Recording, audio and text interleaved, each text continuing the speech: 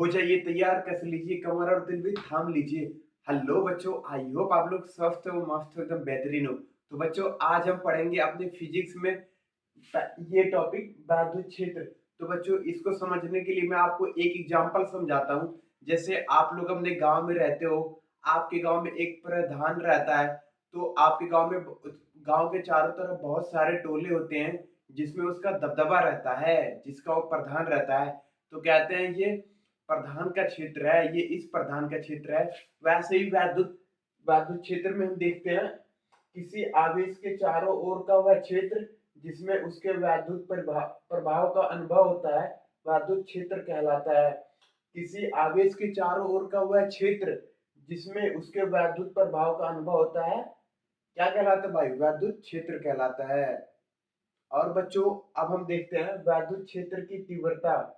बच्चों, इसका परिभाषा है वैद्युत क्षेत्र के किसी बिंदु पर क्षेत्र उस बिंदु पर रखे एकांक परीक्षण धन आवेश पर कार्य करने वाले बल के बराबर होता है।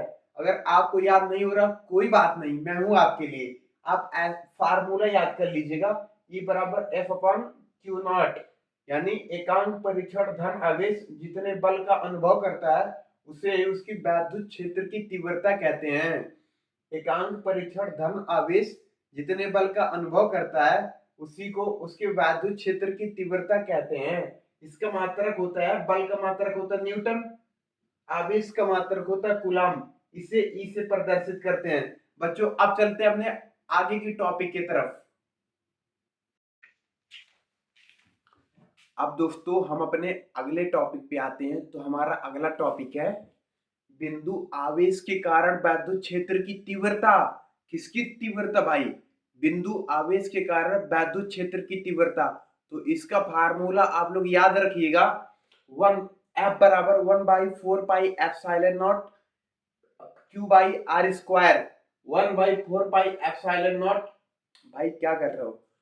तो बच्चों, अब हम अपना अगला टॉपिक देखते हैं, बिंदु आवेश के कारण वैद्युत क्षेत्र की तीव्रता। इसका फार्मूला आप लोग याद कर लीजिएगा, F बराबर 1/4 pi epsilon naught Q by R square.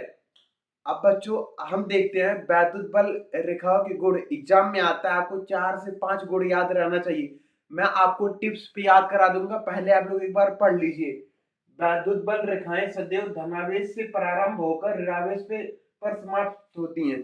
देखो, धनावेश से निकल रही हैं, ऋणावेश पे समाप्त हो रही हैं।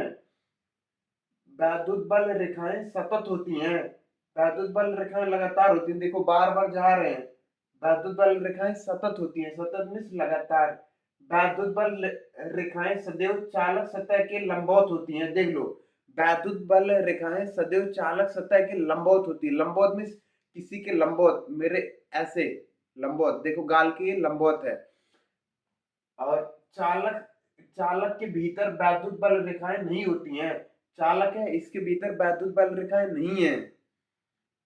विद्युत बल रेखाएं एक दूसरे को कभी नहीं काटती हैं। देखो, कभी नहीं काट रही हैं। वैद्युत बल रेखाएं एक दूसरे को कभी नहीं काट रही।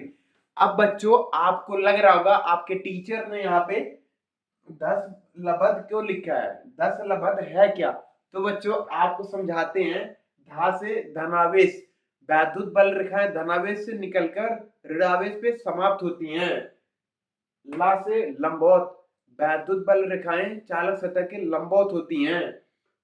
भा से भीतर, चालक सतह के भीतर वैद्युत बल रेखाएं नहीं होती हैं। दा से दूसरे को, वैद्युत बल रेखाएं एक दूसरे को कभी नहीं काटती हैं।